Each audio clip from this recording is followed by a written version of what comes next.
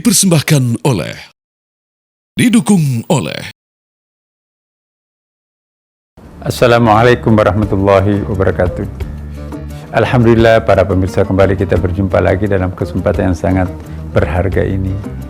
Ya, kali ini kita akan bicarakan satu tema yang sangat relevan dengan bahasa kita, ya, keadilan sosial dan tanggung jawab kita sebagai seorang Muslim, ya kan. Dan agama Islam kita itu memang adalah suatu agama yang betul-betul menekankan aspek keadilan sosial. Ya, kita tidak boleh mengumpul harta, ya, atau tidak boleh harta itu berputar di sekitar agennya. Ya, banyak ayatnya seperti itu, ya. Bahkan disebutkan dalam beberapa ayat bahwa keadilan sosial itu manakala sudah tidak ada yang merasa dirinya dimiskinkan. Tapi kalau ada masyarakat merasa dimiskinkan oleh struktur politik yang berkembang, kalau ada masyarakat merasa dianaktirikan oleh pejabat yang tertentu, kalau ada penafsiran agama juga memihak pada kelompok tertentu, tidak memihak pada semua pihak, maka itu ada fenomena ketidakadilan dalam masyarakat. Nah, di sini tantangan kita semuanya, bagaimana menciptakan sebuah keadilan sosial yang lebih permanen, lebih konstruktif. Insya Allah kalau ini kita selesaikan persoalan ini, ya, maka bangsa kita ini akan terbebas. Ingat pasal 33 Undang-Undang Dasar 1945 itu fondasi yang sangat kokoh tentang konsep ekonomi Pancasila di Indonesia ini. Saya kira sebagai warga bangsa Indonesia, ini harus, pasal ini kita harus pertahankan ini. Ini adalah pasal yang paling sesuai dengan ajaran Islam, konsep keadilan sosial. Misalnya kekayaan bumi, laut, tanah, dan apapun kekayaan alam lain itu harus dikuasai oleh negara dan tidak boleh dimonopoli oleh sekelompok segelintir tertentu.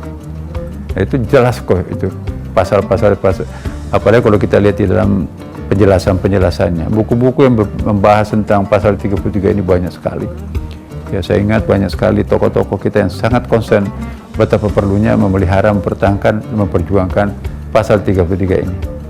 Saya sangat yakin, dan kita juga harus yakin, kalau pasal 33 ini diterapkan secara konsekuen dalam bumi masyarakat bangsa Indonesia, maka Indonesia itu akan menjadi negara yang luar biasa. Tidak ada kemiskinan di Indonesia. Begitu banyak kekayaan yang bersumber dari laut, ikannya. Negara yang paling kaya ikan di dunia ini adalah Indonesia.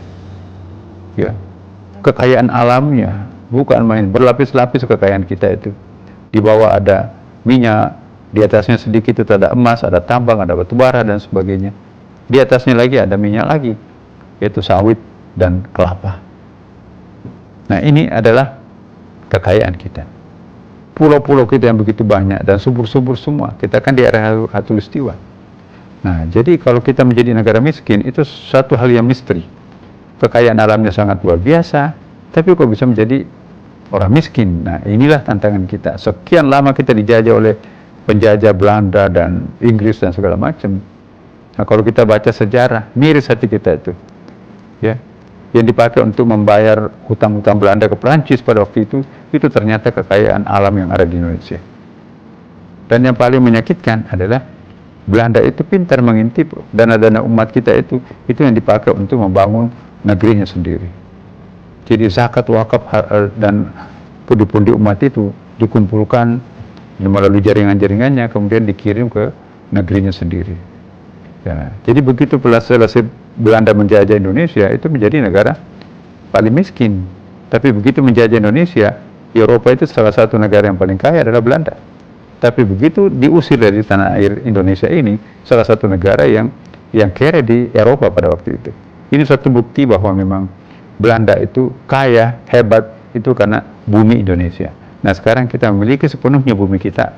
Mari kita meningkatkan martabat kehidupan kita secara ekonomi, sehingga kita nanti tidak ada penderitaan, tidak ada kemiskinan dan kemelaratan yang akan datang.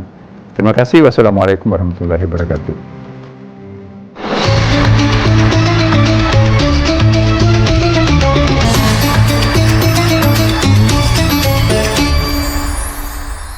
Dipersembahkan oleh, didukung oleh